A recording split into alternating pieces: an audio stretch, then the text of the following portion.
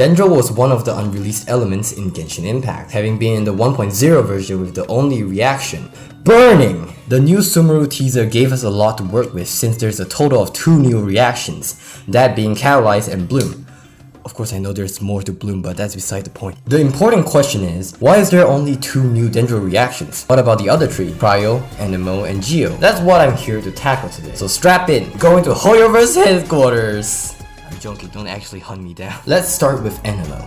As we know, Dendro has always been on objects like crates, barrels, wooden shields, and the most important of all, leaves. You can find these scattered throughout some areas in Mondstadt and Lilie. Despite that, the actual reaction between Dendro and Anemo is not really prevalent in the game. However, when you use Anemo on these leaves, they disappear. But you may be wondering, what if it's just a cool animation? Which I counter, do you know why sometimes when lightning strikes in the game, you suddenly get an electro particle? It had always stuck out to me as a weird bug or glitch, but apparently that is the catalyzed reaction happening before Hoyoverse even announced it to us.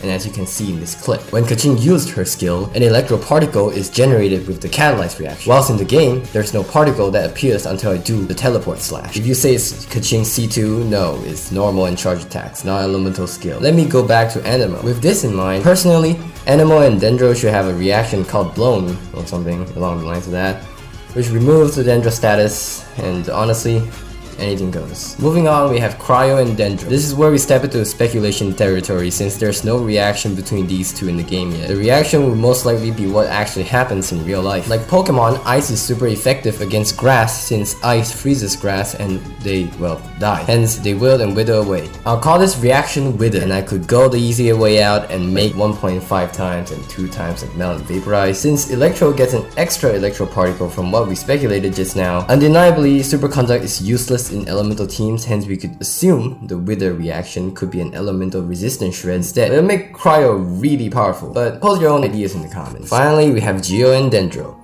Just like Cryo, there's no reaction in the game is shown yet.